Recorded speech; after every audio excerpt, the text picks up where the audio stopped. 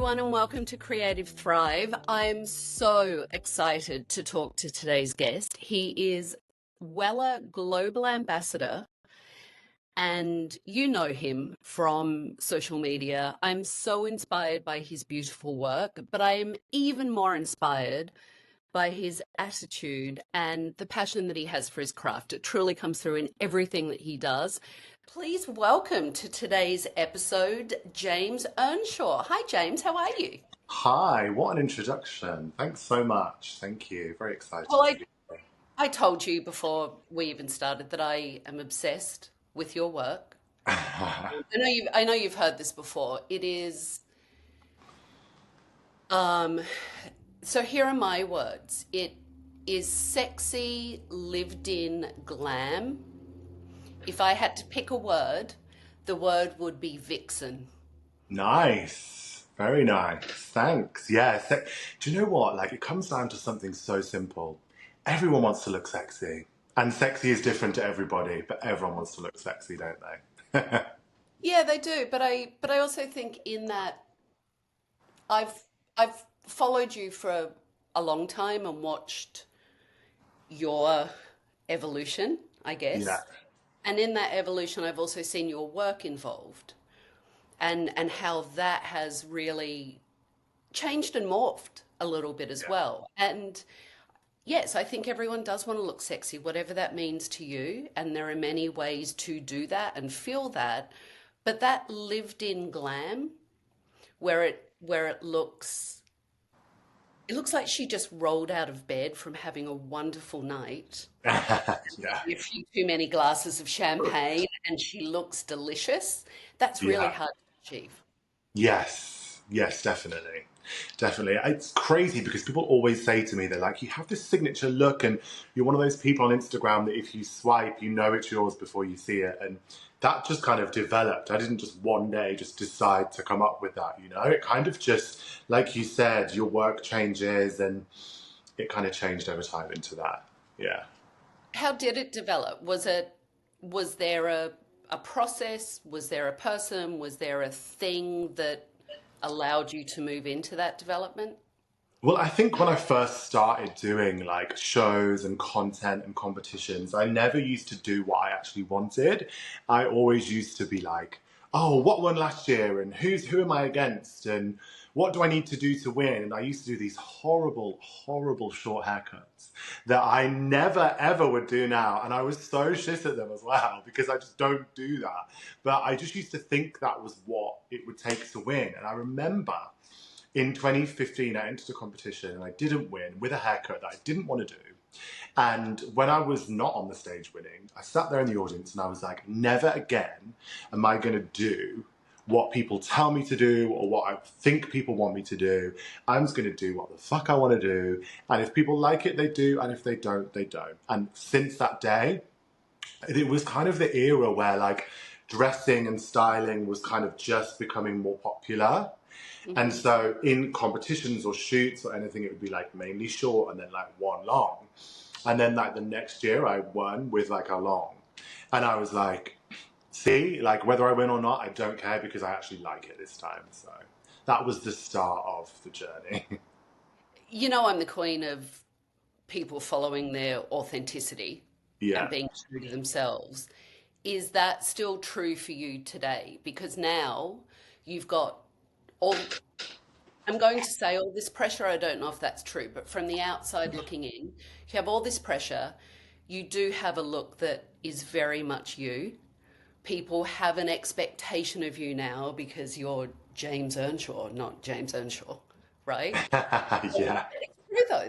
There's all this outside stuff that comes on. So how do you stay true to doing what you want and what gasses you up and lights you up? Well, I think for me, it's just about staying true to yourself. And this is such a statement I hear all the time. And I think, what does that even mean? Like, what does that mean? But I think for me, it's like the way that I do hair and the way that I like to make people look, I kind of don't do what I wouldn't want to do. Like in a client, like, you know, sometimes a client comes into the salon and you're like, do you know what? You're just not the client for me, and I'm not the hairdresser for you because I don't do hair like that. And I think it takes quite a brave person to say that. But for me, like, you're never going to see me on stage doing a men's haircut. You're not, because I just don't do that, you know? And I think for me, I just kind of do what I like. And that obviously changes year to year, but the worst thing you can do, and this is like my one thing that I always say, is you just cannot compare yourself to other people, because as soon as you do that, you start to think, oh my God, I've got a show next week and this person's done this and they did that, and this person's Instagram's growing quicker than mine and they're posting bobs, so maybe I need to do bobs. And instead of that, I honestly don't care what anyone else is doing. I just worry about myself. I don't look at anyone else because I think it can be bad. That's what I was going to ask you because, listen, you're preaching to the choir. I talk about that as well. You have to find what resonates with you and be truly honest with yourself about what you like and what you don't like. Yeah. And comparison is the thief of joy, right? Just that old expression is true. But do you look at other people's work? And if you do, how do you not compare? Because that's a skill set. Yes, yes. I mean, do you know what it is? Not many people will admit this, but I mute people on Instagram all the time. All the time. If I find, yeah, if I find myself looking at their page and being like, oh, they're doing this, they're getting this, then I just mute them. And I still will go again, like I went on one of the people I've muted today, and just commented a couple of things to be supportive. It's nothing negative. It's just if that person makes me feel like I need to compare myself to them, I don't need to be following them. But of course, I look for inspiration in other hairdressers, but I don't really look and think, oh, what are they doing? I tend to just look and say like, oh, I love the lighting on that model, or I love the fact that they're doing this kind of toner, or I love their formulas, but I don't tend to find myself looking too much. If I find myself looking too much, I just mute them. So where is the line for you? Where is the line between um, shit, that's hot, what so and so's doing, that's like amazing, that Mhm. lighting is great, or that angle's great, or that makeup, whatever it is. Yeah. Where's that line for you between comparison and inspiration? I think it's just if you find yourself looking at them too much, and if you start to think, oh, they're what are they posting today? And if you start to think like that, then I'll just mute them. And one of them is my friend, and I will literally tell them, I'm like, I've muted you because I'm comparing myself to you, or your Instagram is growing really quick, and I don't know why. And you know, if I start to think anything like that, then I just mute them, because I think it's so easy to compare, and people will compare me all the time to a hairdresser, say for example, who lives in America, and be like, this person's got loads of followers, but you can't compare someone in England to America, to Australia, to Germany. So if you get compared, I'm like, just don't think about it. Have you always been like that? Because that is a gift. Hmm. And if we could harvest that, if we could Yeah, harvest that gift of yours and we could like transfer it to yeah, people, especially young people, yeah, right, coming into the industry. And when I say young, I don't mean age, I mean yeah, newbies fresh. to the industry. If we could transplant that to people, Hmm. I mean, fuck, what a different industry it would look like, right? Yeah, Without the competition and the competitiveness and yeah. all of that. Yeah, I mean, I think for me, I think it's something that I have learned over time. Like I said, you know, when I first started doing things, like I was quite bad. Like obviously, I didn't really know what I was doing. I'd never, you know, I think learning how to do hair on a shoot, to a show, to a seminar, to a client is such a different skill, you know, and it takes a few years to definitely learn that. And I remember in 2018, I was up for a British Hairdressing Award and I didn't win. And my friend, who I always had worked with, she just sat around the table and was like, you're not going to win because you never just do what you're good at. You just always try and do what everyone else is doing because they win. And then again, that year, I was like, fine then. And then in 2019, I did whatever I wanted and I won. And so again, it has been, I think people a lot of people have seen me from 2019, 2020 to now. Not many people have seen me like 2015, 16, 17.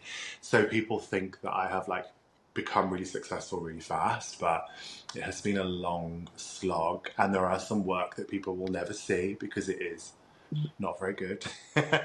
And that's part of learning, right? So yeah, it's definitely from 2019 to now is kind of when I've really done what I like to do the most. Yeah. So that friend of yours that said that to you, Yeah. that is the keeper friend. We all need those friends that actually can call us on our BS and go, listen, you're getting in your own way, or that's crap. You Yeah. can do better than that. Yeah.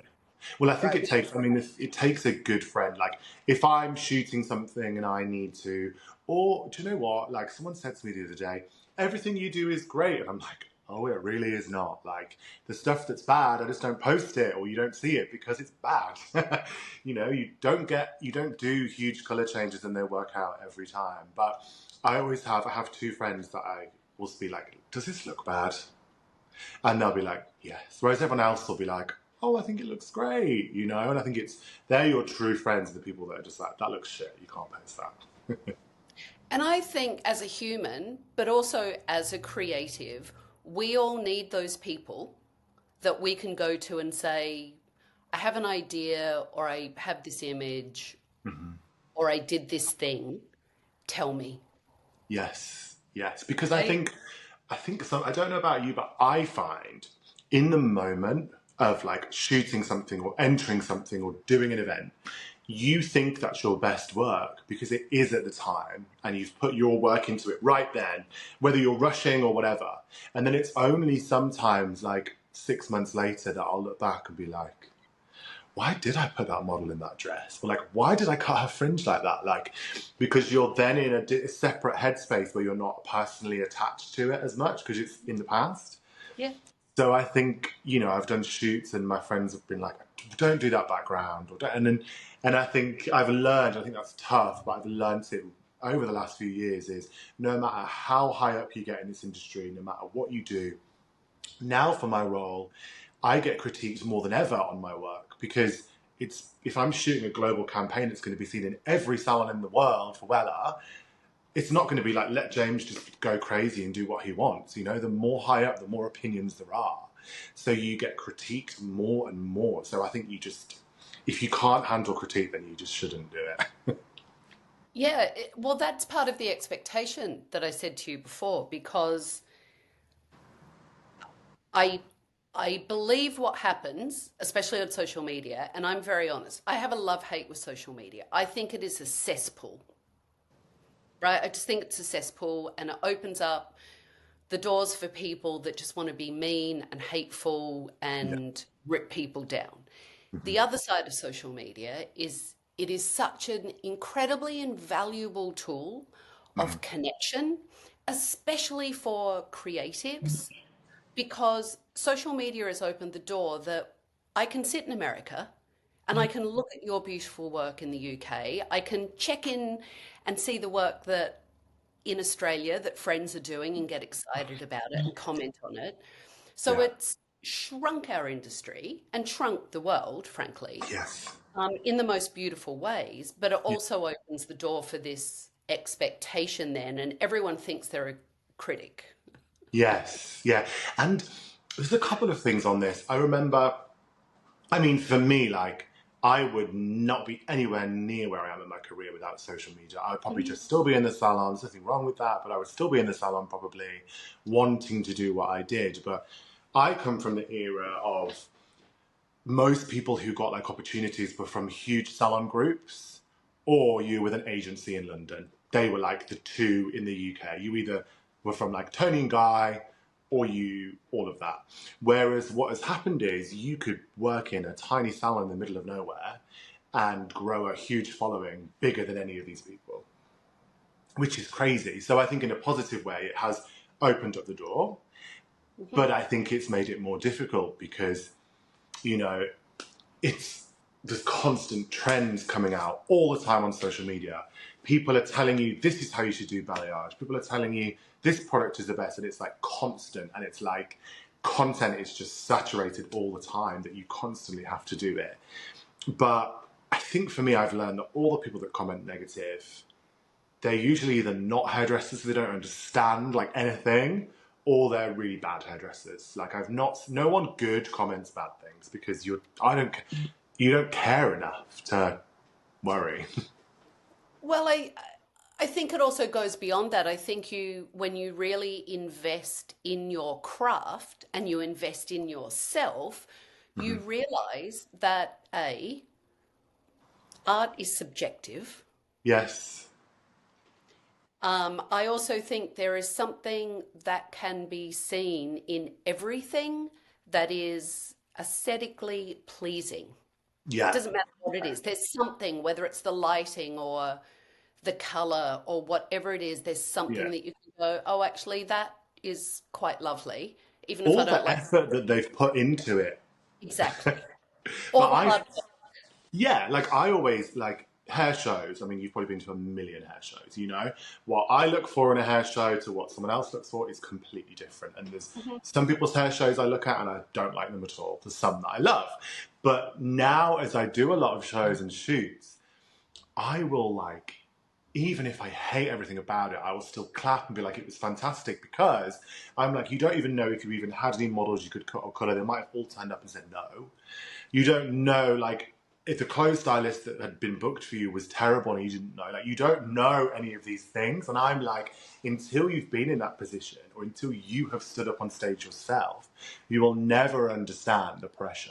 So even if I watch someone cutting and I don't think it's good, I still will go up to them and say, well done, or that was great, because just having the confidence to stand on stage in front of thousands of people and cut hair, not many people can do, you know? No, agreed. And that's why for me it's interesting having this conversation because you're at a level that is a reserved level, right? There's a small percentage of people at your level on Yeah. Instagram and the work that you do. But I know that listening to us, there are a lot of, again, fresh in the industry that are looking at people like you, or perhaps even me, right, for different reasons, and saying, well, I want that, and either trying to emulate it or to think they're shit because maybe there wasn't a great comment, or maybe they didn't have a huge amount of likes, or maybe their followers not growing as quickly as they want to, right?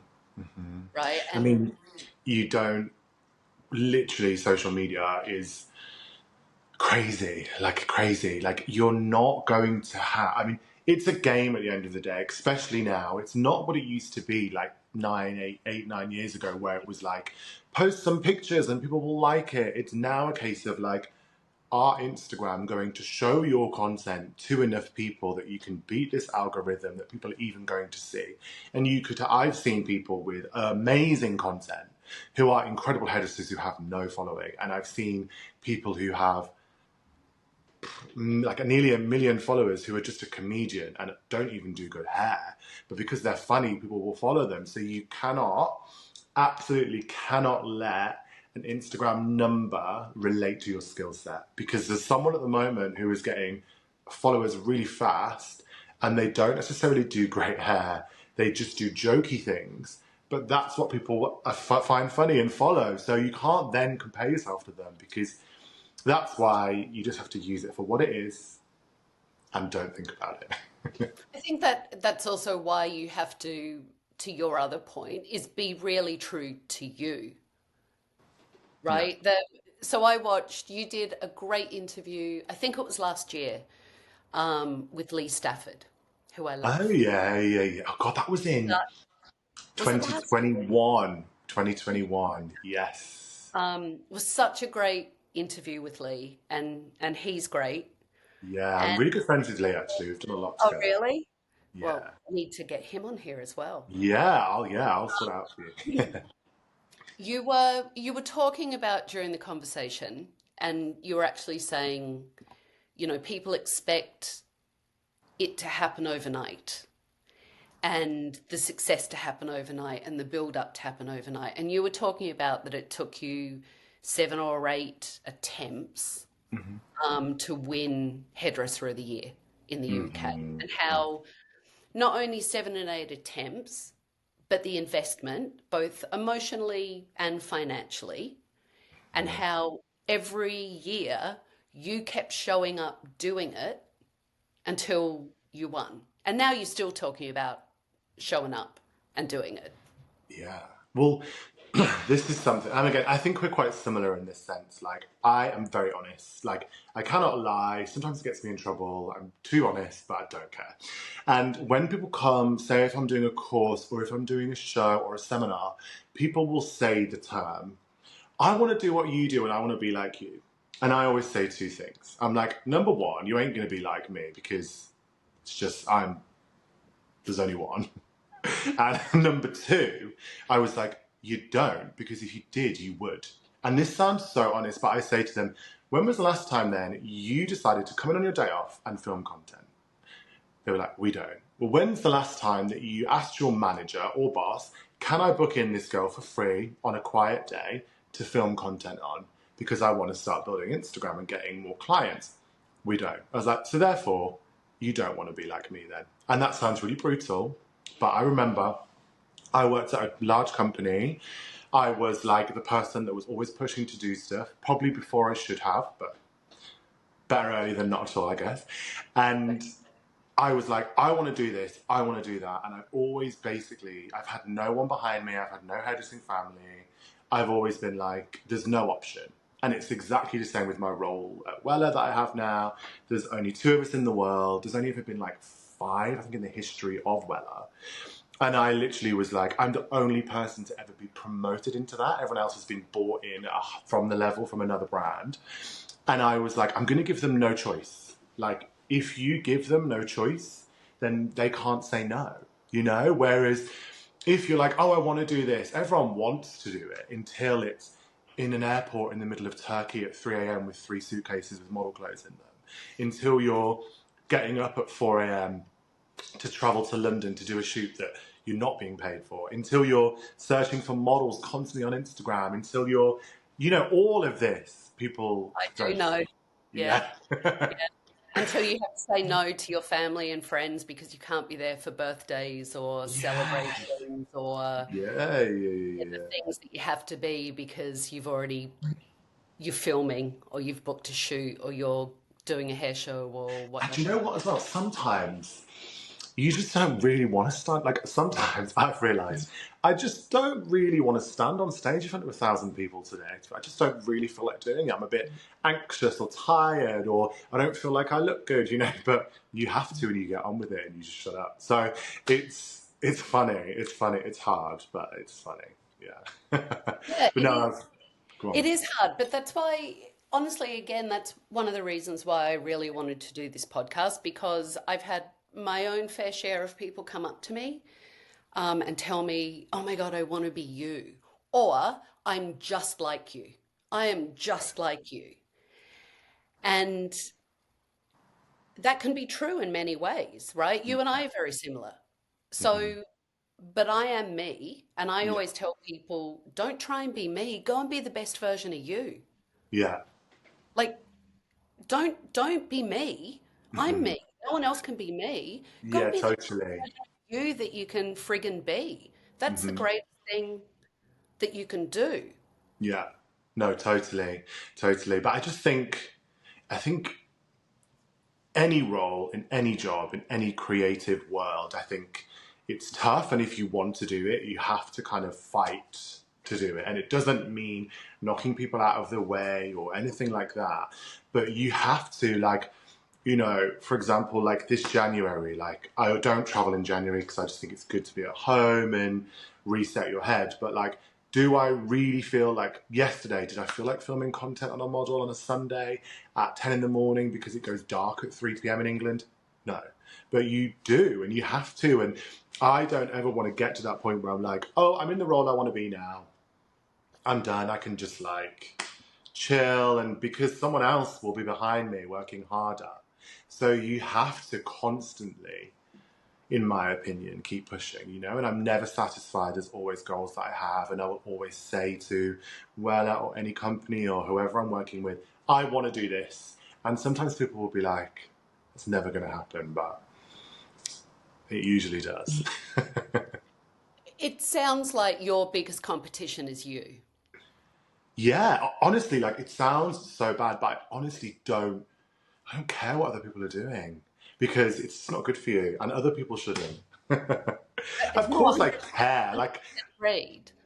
yeah, like it's like when I was in Australia, like I met up with, so I did like a panel talk with 5 other people who are like on social media, and it was so interesting to hear like their opinions and how they work and stuff. But I still didn't really like particularly like care, because then, I'm not going to be like, oh, because she does it like this, I'm now going to change everything. I was just like, that's really interesting. I do it like this, and I do it like that, and that's it.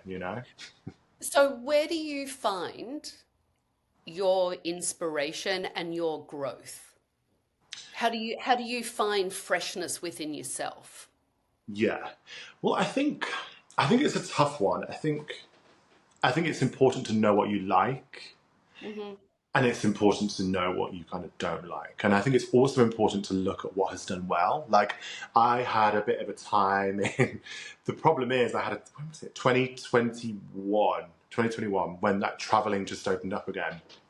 I did like shows and shoots in like Germany and then Greece and then Spain and then Switzerland. And when they see, oh, we love what you did here, can you just repeat it and repeat it and repeat it? And then before you know it, every model of mine had like sequin dresses on and metallic eyeshadow and green hair, and I was like, everything just looks like the same.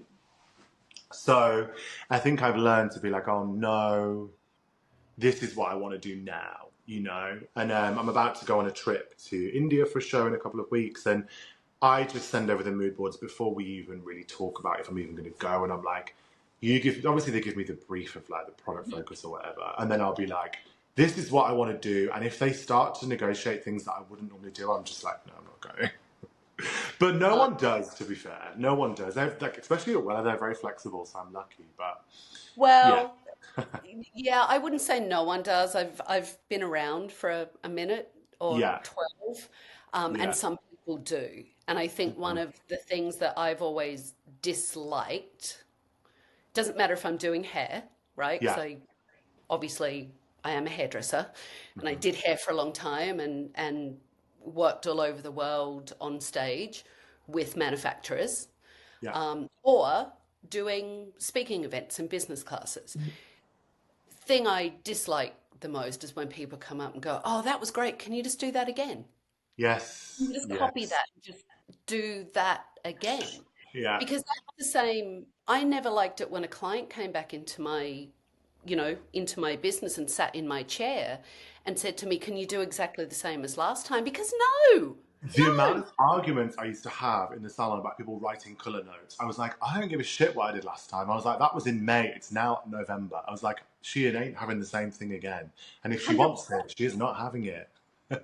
Right, but I mean, how can we can't, right?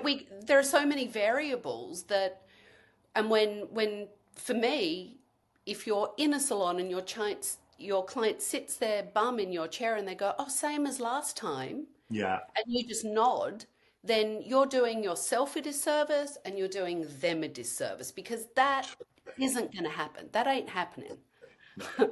And right? I think that's what it comes down to when it comes down to the saying of like, stay true to yourself. But in the sense of, so I'm mentoring people in a couple of weeks for a shoot. And I think that's when it gets even more difficult because you're dealing with other people's tastes and opinions.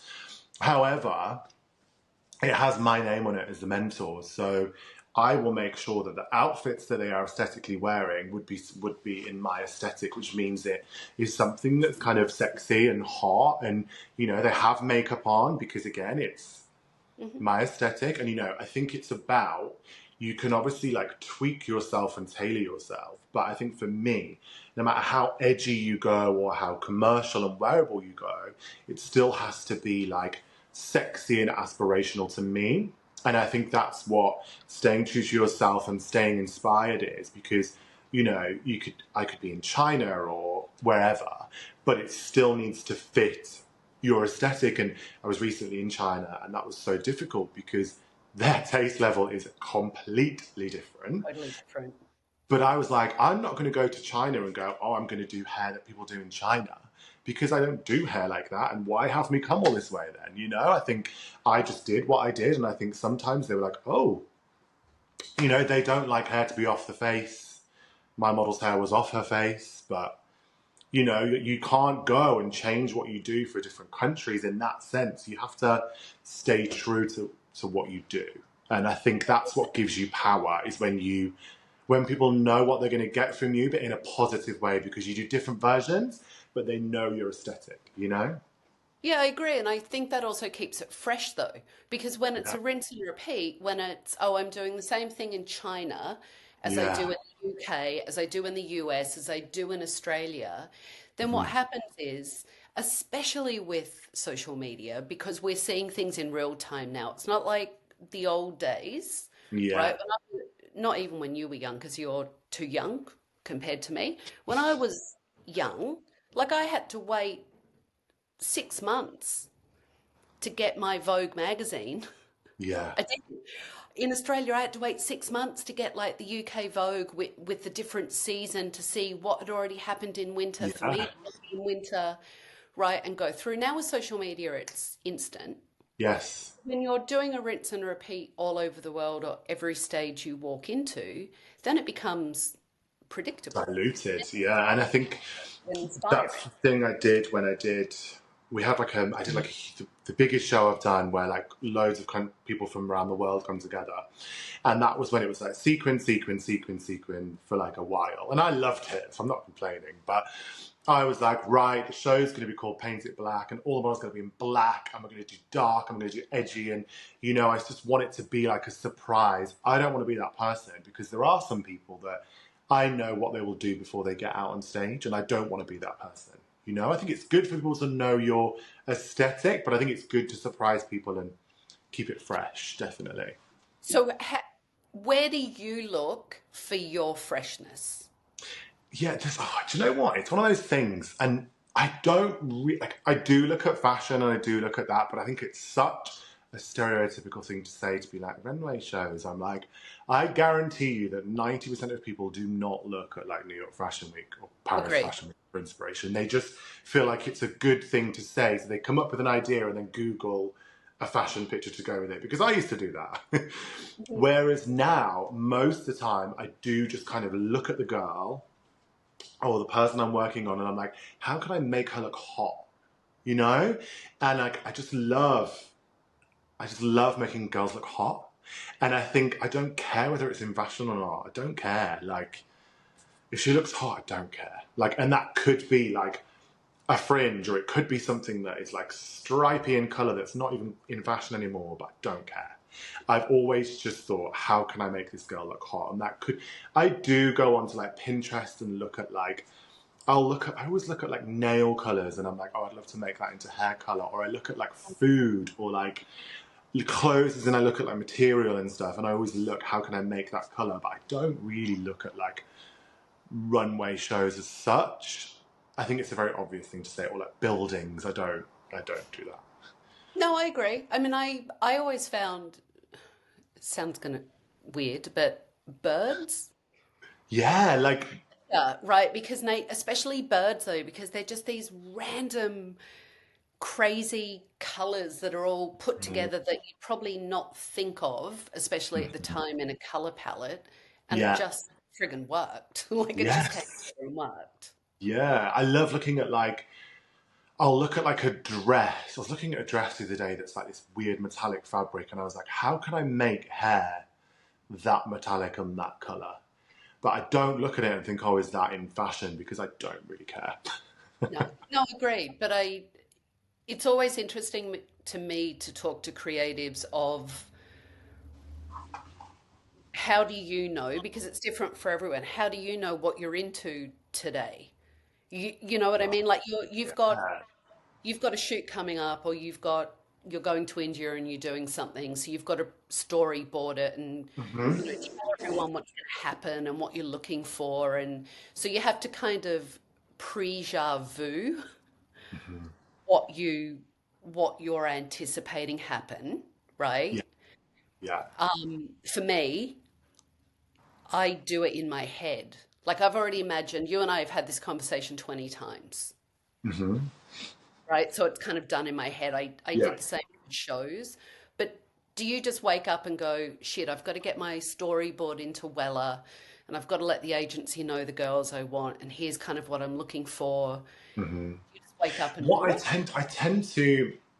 I tend to, if I'm doing like, if I'm doing something where it's completely my idea and it's like just what I'm doing, I first of all feel like, how do I want to feel when I'm like looking at something or if I'm at a show? Because to me, when I look at shows now, like I don't even look at the hair. I'm like, oh, great video content on the screen. And people are like, what? And I'm like, oh, love the fact that you managed to paint the model's toenails and her hand nails because I hate when people forget the toenails. Like things like this are what I always look at. And so I always do like a feeling. And so I'll send pictures, like for the shoot I'm doing in a couple of weeks, like I'll send photos that are nothing to do with like how I want the lighting or background, and it'll be like a model who's like kind of chilled like this, and I'm like, this is just how I want the model to kind of feel, you know. And I think that's a really good way to start because, for example, if you're going to want it to be like a really casual, cool shoot that's really chilled, you're not going to want her to be in glittery eye makeup with blue hair, are you? You're going to want the whole aesthetic to feel like that. Whereas if I'm like pushing it and wanting it to be cool, then I'll, be like, oh, we're going to do like dark background and we're going to do pop lighting and it's going to be this and we're going to do color. And it's kind of more of like a feeling. And I think music helps with that, Mm, which is really difficult when you have to use non-copyrighted music for shows because the reason it's non-copyrighted is because it's shit. true. And you're like, oh God. But yeah, But, but for your feeling thing, I'm a yeah, feeler, so I get it. yeah. I always think as well, the feeling, you want to invoke something in people, right? Like when you're doing your show, you want the Mhm. people in the audience, you want them to feel. Yeah, That's the connection, yeah. right?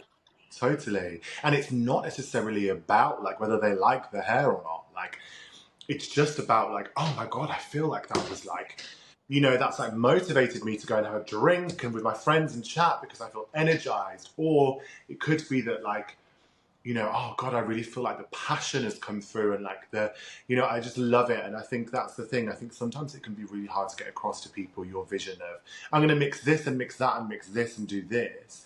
But I think if you say, I want people to feel like this. And I think that's a good way because everyone in the world will understand like how you want to feel in a show. So I think that's definitely what I do when I mood board. I kind of think of like, might be like a music video or like a TV ad or something like that I'll send across. Like some people are like, what is this? And I'm like, oh, it's just how you're going to feel when you watch the show. No, I love that. But that translates into the work that you do, right? And the work that you show on Instagram and on stage because it feels hot and it Yeah, feels sexy. And that's why I use the word vixen, right? Like they yeah, like yeah, yeah, these empowered vixens. They yeah. feel the feeling that I get when I look at your work is that Mhm. your models feel as hot as they look. Yes. Do you know what? Thank you for that. But it's so true because again, when I first started out doing things, you assist, and some people would say, "You're paying the model, so just color her hair blue, and she can just shut up." Which, in some circumstances, that's true. Hmm. Fine, someone's paying me to cut their hair into a fringe. If they want a fringe, I don't think it suits it. If they're paying me, fine, I'll do it. But I've always said this: if the model comes to a casting or a model you work with doesn't want to be Peach, and you're like, would you go to this? And she's like, then just don't do it. Just find someone who does. And I think for me, obviously there is the odd occasion where the model has to be red and we have to do it. But most of the time, 99% of the time, it is the model, she feels herself and you get the most out of a model on a show or a shoot or anything when you look after their hair, when you make it look great, when you do something that actually suits their face shape, and they just feel it, and it's different, and they don't go, oh, I finished at 4, I have to go, otherwise you're paying extra. They're like, I'll stay in film content with you for free. You can quickly do a second look on me because I love it and I feel it, and I think that's why I've done well, definitely, and I think that's why one thing I've always been good at is like models, because I look after their hair and I'm nice to them. And I make them look good, which sounds stupid. I always say to people, guys, when you're doing a competition, step back. Does she actually look hot or not? Because if it doesn't look hot, then stop. Because I used to, when I started, she did not look hot. She looked ridiculous. She had like green hair, no fringe. She was in really high shoes. She had her boobs out. She had rings on every finger, you know? And I always just say, stop. Does she look hot? Because if she doesn't, you need to change it. And if she doesn't feel it. No, like, yes, Then you could tell that's her the to wear that bodysuit and squeeze her into it and get her boobs out, but does she feel like she wants? I always say two things I say when I'm shooting a model or when I'm working with a model. What would you rather, if I was going to show something, legs, torso, breast, what are you comfortable showing? Because if the model has no boobs and doesn't like them, and you put her in a top that you've squeezed them in, she's not going to yeah, feel good, but she's got amazing legs and you put her in trousers, you know? And yeah. which side do you prefer of your face? Because so many times we would flip it over, but she prefers this side. So she's kind of like, you know, just things like that. And they're always, all the models go, oh, thanks for asking me which side, because I always go to this side. So then, you know, when you're shooting, you flip it over and you're shooting her to a good side, you know, just things like this. They're those small little details, because they are little, right? They're, for me, it's curiosity. Yeah. Of being curious about the person you're collaborating with and working with. Those Hmm. little details, though, make the world of difference in everything, whether Yeah. it's a shoot with a model, walking on a stage, or Yeah. doing a client right in your business behind you, Totally. you're behind the chair. Those details make the world of difference Hmm. between okay work, good work, great work, and Hmm. exceptional work. Yeah. And the thing is as well, like choreographers that I work with in wherever, they always say when I bring my models, they're like, oh, we love working with your models because they want to stay and get the choreography right. They're like, no, can we go again? Can we go again? We'll do it in the heels. We want it because they want it to be right for me, because I appreciate them and they become friends. And I think that's when you're all at your best, like the makeup, the clothes, the hair, the extensions, the models, the music, the video, the choreo, that's when you get a great show. If all of you are on this level and you have like one shit model or you have bad clothes, but everything else is amazing, it's just not good. It's It's not just not good. So, the thing again that I love about you, good. Hmm. beyond the work that speaks for itself, is your attitude. Because there are people, and again, it doesn't matter if it's behind the chair or in, you know, global ambassador for Weller, right? The title that you, Yeah. it doesn't matter that sometimes people think it's all about them. Yeah. And it sounds like what you do, whether it's in your ambassador role with Weller or if it's doing content shooting with your models, that Hmm. you're very collaborative and inclusive to make sure that you're at your best, but everyone else is at their best. Yeah. Well, I think there's a couple of things. I think for me, the number one thing is like just be a nice person, and it's just like everyone that I've worked with that has been like a legendary status. You know, whether that be like when I was at Fashion Week and it was with Cara Delevingne, or when I was on a shoot, or with a really, you know, whenever anyone's an absolute pro, they are like really polite, really professional. There's this singer that I work with in the UK, and she's had a really great career, and she is so lovely. And we always say, you know, if I'm in a room and I'm in like a room full of people, I say hi to everybody. And if there's someone cleaning up, I always say thank you. If there's someone like, you know, an assistant for someone else, I'm always like, thank you so much. And I think for me, that makes such a difference, you know, being a nice person. And I was in Italy once and I went into the model prep and there was like 10 hairdressers just stood there watching me. And obviously, you know how it is. Sometimes it can be a bit like, oh my God, guys, I'm not doing this like effectively like neat right now because I've got 6 models to bleach. Like, don't judge me. But they were there to do the hair because they were expecting me to just turn up and be like, make this one red, make this one blonde, make this one this. And I wouldn't do anything. And I'm like, I love doing hair. That's like the best bit for me, you know? Like, all of this stuff of being stood on stage and all that, that's fine. But for me, I love doing hair on models. Like, so I was like, they were all like surprised that I actually did the hair. But that, I found that really interesting. But no, I think for me, I think being nice, being grateful, you know, being polite and appreciative, and you know, even though the person might not even speak English, I'm always like, thank you so much, and I'll always translate something on my phone to them. Just saying, 100%. yeah. I want to shift gears a little as we get to the end. Again, just thinking of having a lot of fresh in the industry. So I heard Hmm. you started, you knew, right? Again, from Lee's episode, you talked about wanting to be a hairdresser quite young when you were in high school, or the equivalent for us, Hmm. high school. You knew you wanted to be a hairdresser. Your parents were supportive. It sounded like your family was supportive. They had some rules about going into the industry, but they were pretty supportive. But it also, you said that your family are academics.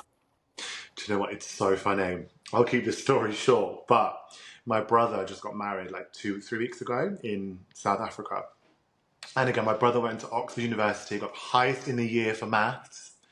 He's older than me. And I was like, Mom, I want to be a hairdresser. And then, anyway, we were at the wedding and I was talking to all of his corporate friends.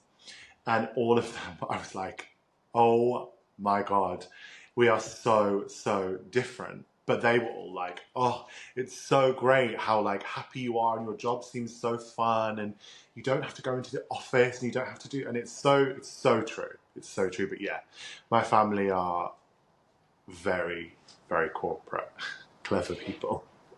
The reason that's so interesting, though, so were you always creative as a child? Did that creativity always come through in everything that you did as a kid? Yeah, and there's like videos of me like on a VCR from like 1994, and I'm like brushing my nan's hair and stuff. Like I don't remember wanting to do anything else, and I remember I would like sit in maths and be like, I'm literally wasting my time here. I just need to be learning to do hair. Like I don't remember wanting to do anything else. Yeah, it's crazy. So it sounds like, I mean, if your family are academics, your brother's got to be pretty bloody smart to go to that university and be like a maths genius, right? Yes, he is. Um, were you the black sheep of the family? Um, The odd one out because you were the creative one compared to the academics. I think for me, I think I'm glad that it's the way that it is because it's taught me that when I was in college in like a not a great area learning hairdressing and people were dropping out because they didn't care or whatever, I think it just gave me the motivation to kind of make sure I was the best. So I never really felt like that. I just felt quite motivated, you know? I I guess the better way I guess the better way for me, I'm not trying to imply that you didn't fit into your family, but I'm imagining like young James, right? Yeah. And kind of creative, and parents, brother are like, nose in book. And Yeah. James like Yeah, screw yeah, yeah, yeah. book. No, Like that's totally. my picture in my head that I've painted of you. So, Totally. And they didn't understand, for example, like when I didn't want to stay on for like, I don't know what you call it in America, but when you don't want to stay on past 16, you mhm. can do like 2 years here in like school or whatever. I was like, there is no point. But they were like, stay on for 2 years and then go into hairdressing. And I'm like, it doesn't work like that. You need to be like on it from the start. And it took a lot of persuasion for them to understand. So yes, definitely. Yes, definitely. But I think as soon as I started doing, I think it's taken. I always said this to them. I was like, my brother's kind of uni is also like my first 6, 7 years of hairdressing. Like it's going to take me a while to get to like a level. It's not like you come out of uni with a degree and you get a job. It's like you have to build up. So I think especially from 2018, 19, it was when they really were like, oh, you're doing so well with this hairdressing. So do you think creativity is nurture or nature? Or I both? think you're either Both. creative or you're not. Okay. Just like how you've got rhythm or you don't. Nice, You, nice analogy, actually. Yeah. because I was watching my brother do his dance at his wedding. I hope he's not listening to this. And I was like, he does not have rhythm and he will never learn it. No matter how He's many great dance at lessons he takes. So no. I think you know how like, and if you ever interview Renia, you should ask her this. When she's talking, so I'm a colorist and a stylist, so I sometimes will be able to do like the theory side of like it's this amount, but Reni is not a colorist and she's very creative. And someone was asking her in Gran Canaria like, how much of this do you add in and how much of that, and Reni was like, you just feel it. And to Renia, that makes sense. And to me and to you, it probably makes sense. But to ask a non-creative person, you just feel it. And, you know, when you cut hair, like, I think sometimes it's hard to educate because I'm not the most methodical. I'm like, you just look at where you're enhancing and do you want to enhance her cheekbone or her jawline or her, you know, and you just kind of cut it. You know, I'm not like this and then this and then this. I think it's, you just feel it. And I think that's a very creative way of saying things, you know? And like, 100%. when you say, how do you make a model look good? I'm like, well, you just look at her. I'm always like, I just look at her and think what she looks hot like. But not many people have that kind of skill 100%. or thing. Yeah. So I think it's, you're born with it for sure. Yeah, I agree. I think creativity, although I also believe the other side of that is I believe that we are all creative, but we show it Yes. in a different way. Like for me, I'd say your brother's creative with his mat, Yes. right? Like Yeah, that, yeah, yeah, yeah. that no interest for me or probably for you all, but he loves it. And Yeah. that's a creative thing. It's a creative outlet. Totally. Totally. I think it's totally, one thing that I have realized is like, I am not interested in many things apart from hair. So when I'm in, like, I'm obsessed with it. So when I think about hair and makeup and clothes, I get really excited and really creative.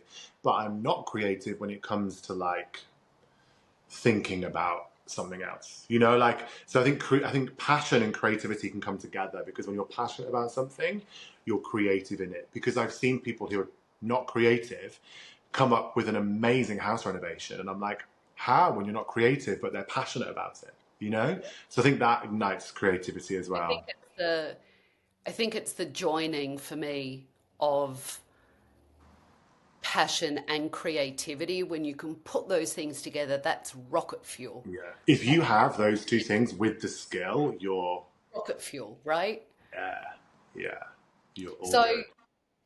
I have a question. I don't mean to pry into your personal life. No, go for it. I'm curious Uh-huh.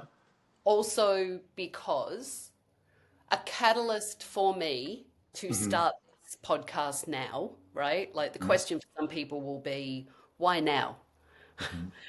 You've kind of stepped back for a while, you've done your thing. What are you doing a podcast for now?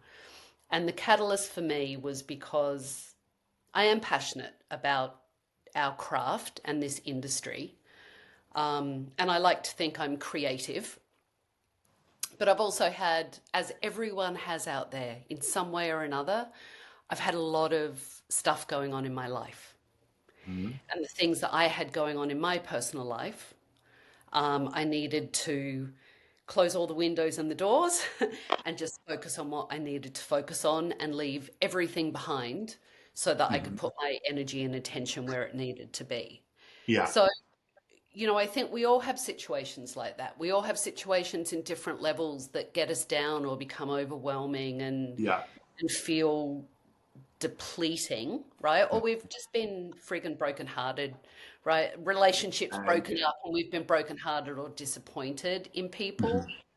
How does that affect you creatively, or does it? And how do you honor your emotions, Yeah. um, your personal journey, but Uh-huh. still show up as, James Earnshaw, the creative?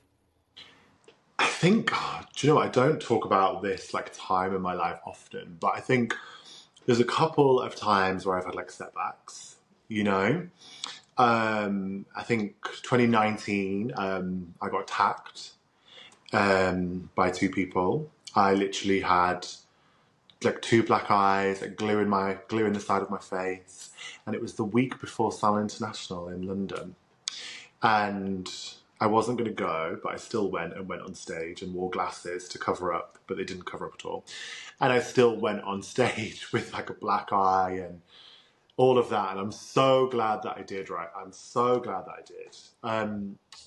But that didn't really tend to bother me at the time. I just felt like, no, I'm not letting this get me down. But I think the time that I did have a bit of a struggle, and only people that are really close to me will know this, is obviously COVID 2020, everything was closed, fine, whatever. I had a really big career growth in that time on social media from 2020 to 2021 was when it like went crazy. And so I'd been done loads of stage stuff, loads of shows and events for years, usually under like a brand name or a salon name, and there'd be like a group of us on stage. So then I'm like in the middle of my house on my own for like basically 2 years. And then I get put on this stage on my own with my name behind it and no one else. And I remember the first time I did it, I was so anxious, and the difference between nerves and anxiety is totally different, because when you're nervous, you're like, oh my God, I'm nervous, but I can still focus. But I literally remember so clearly, I was on stage in a room, and it was one of those situations where you're not on a stage, you're on the same level. And the difference when you're on stage, like with 3,000 people, I can't even see them. So I'm like, whatever. But I was in a hotel, like conference room on their same level. Hadn't done anything in 2 years. And I remember I literally couldn't breathe. And I couldn't even concentrate on what I was doing or saying, because I literally thought I was going to die. And it was so bad. And it was an hour long, and the time was just going so slow. And I was like, and then, and I wasn't even nervous. Like my hands were working and I was doing the hair, but I was just so anxious. And then I developed this huge complex about talking in front of people. And it wasn't a case of like, oh, I'm not doing stage stuff. Like it was literally like, if I want to achieve what I want to achieve, I have to. So you have to get over it, but that's harder than you think. And I remember I was then at Sun International the week later, and I was like, oh my God, I'm not sleeping the night before. And I was like, and then what I found difficult was people would be like, you've done this hundreds of times, why are you nervous? And that was what made me more nervous, because then I shouldn't feel like it. Anyway, so I think what I've learned is to just admit and talk about it, because it makes you feel so much better. And now, still, if I'm going to go on stage, like I do it all the time, backstage, I'll be like, oh my God, I feel like I can't breathe. Oh my God. And I think just saying it makes you feel better, rather than trying to hide it, where it then turns into this anxiety where you then feel like you can't concentrate. So that was a bit of a time where I was like, oh my God, this is so difficult, because I'm literally achieving everything I've wanted. Everyone sees me as this huge, confident person, and I literally feel like I can't breathe. It's crazy. Um, Thank you for sharing that. I I have really bad stage fright. I always have my whole career.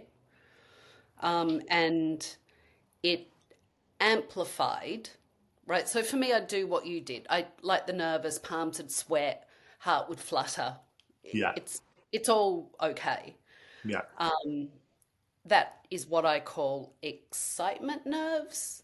yeah. And for me, it always tells me that I care, Totally. right? The That moment you're not I care nervous, about I'm what like, I'm doing. yeah, Um, and yeah, anxiety kicked in for me, and panic attacks. yeah. Um, Partly because of what I was dealing with in my personal life, to be Hmm. honest, Hmm. that I felt like two different people, Hmm. and this life that I was living, but this expectation that, I'd walk in and do these huge, big brand People events. think that you are just going to turn up and be like, Oh, and people think you're infallible, right? Like yeah, people tend to look at you like you're not quite human. yeah, You've done this a million times, you've been on TV, you've won this award. yeah. Like this is old hat for you. This is just like having a glass of water, right? Making a cup of tea. Um, and it can feel debilitating. And I thank you for sharing that, because I think a lot of people feel that, Yeah, and it's not a full stop. It's not no. a red light. It's not a reason to stop what you're doing. It's a reason to, whatever it is for you, Hmm. find support, Yeah. right? Whatever that looks like for you. Like I've Well, got I a think ritual. it's just little things like now, for example, if I'm going on stage, I'm taking a bottle of water. Yep. Little things like that. Previously, I would have just been like, oh, I don't care, I don't need anything, I'm fine. Now I'm like, if I'm in the middle of a show and I feel like I need water, I will stop and be like, 1 second, everybody. I just need to take a second and just give yourself that, like, because I think all it is sometimes is you walk out on stage and there's this huge crowd. Everyone's expecting you to do good. You want to do good. You're passionate. You've put months into this. You just then sometimes get a bit overwhelmed. So just having, I find that time to be like, drink of water. I'm ready. You know, Agreed. just out. And I Agreed. was at a show. Agreed. It was Right? literally Like that's what you did. Just to stand there for a second and go, yeah, yeah. I find, just look at the audience because I used to not look and then I'd see one and be like, ah. Whereas now I'm like, just acknowledge the fact. Because other people will be like, just don't think about it. I'm like, no, no, no. I need to look and acknowledge that everyone's looking at me, that it's just me in this room with 1,000 people. Everyone's staring at me and I have to perform, which is fine. But just know the fact that, and I think people relate to the fact that you're like, guys, I'm a bit overwhelmed, just give me 2 seconds. Because I was at a show with the singer that I do, and there was the most famous one there, and she's on stage every week, and they messed up her dressing room. Anyway, so she had to borrow the singer I do's dressing room because before stage, she gets so nervous that she is terrified and she literally can't breathe. And she is on stage probably 5 times a week around the world doing huge shows. She's a really successful singer. And I remember being like, oh my God, if she is like that, then everyone is. And there's nothing wrong with it because it's just passion in a crazy way.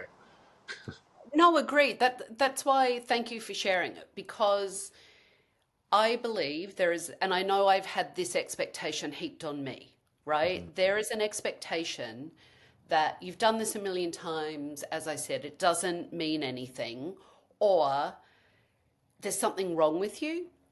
And I think I know so many of the clients that I work with, so many of the people that I've mentored have Mm-hmm. get anxiety that's nerves, and some Yeah. of them actually, they're introverts and Yeah. they're only popping out and coming back in. It's like a bit like a turtle, they pop out of their shell to do their work or walk on stage, and then they've got to Yeah. pop back in again. Yeah. And I think when we can talk about it, it's so bloody human to Yeah. feel Totally. excitement and overwhelm. And to your Mm-hmm. point, a bit of water, a breath, right? Yeah. Someone taught me, this is amazing, I'm going to share it with you. Mm-hmm. Apparently, they do this in the army. Like, if you get Okay. that anxiety thing and you can feel it, because sometimes you feel a bit woozy, right? You feel a bit lightheaded Your from head it. goes, yeah. It's such a rush. If you wiggle your toes, like Okay. not your foot, you just, like move your toes, wiggle your toes. Uh-huh. Apparently, they teach that to people in the army. Don't know if this is true, Oh. but this is what I heard. In the army, when they're standing in line and they're stood there for a while and they get like fatigued and anxiety, you start wiggling your toes and it helps to ground you as well. Oh, I'll be So wiggling my toes in 3 weeks in India then before I go there on you go. stage. You'll be wiggling your toes on India. It'll be nice and hot there. So Yeah, that's the thing as well, I find. You rehearse and you feel good, and then they turn the LED screen on behind you and you get this blast of heat coming out towards you, which heightens everything. But it's all good. I think mentally, when you know you're going to be nervous, you kind of are more prepared. So now I'm like, I know I'm going to be nervous because I care about it, but I'm just going to channel it. And if I feel like I need water, I need to take a breath. You just amazing. do. Yeah. Amazing. As we wrap up today's episode of Creative Thrive with James Earnshaw, we're left with insights on creativity, authenticity, and the power of positive social interactions. James invites us all to mute the noise of distraction, cherish genuine friendships, and stay true to our unique path. James reminds us that if social media makes us feel competitive or doubtful, we should refocus on our voices and mute what we need to. He highlighted that the value of friendship lies not just in support, but also in honesty, and to surround ourselves with people who genuinely want to see us succeed and grow. James's perspective on ambition is inspiring and pragmatic. He reminds us to work diligently towards our goals, making it impossible for opportunities to overlook us, and to make sure that we're matching our dreams with our dedication to making them a reality, while always staying true to ourselves. Perhaps James's most straightforward tip, which might be the golden rule for personal and professional life, is be a nice person. This really underscores the impact kindness has on our interactions and our opportunities. James's journey and insights offer a blueprint for navigating the creative landscape with kindness and determination. To dive deeper into your creative and personal growth journey, consider joining me at Thrive Hive, where we explore these things further with live monthly classes. Learn more at thrivehive.co. Thank you to James for enriching our community with your insights, and to our listeners. I hope these takeaways inspire you to tune into your voice, foster meaningful relationships, embrace your unique journey, and lead with kindness.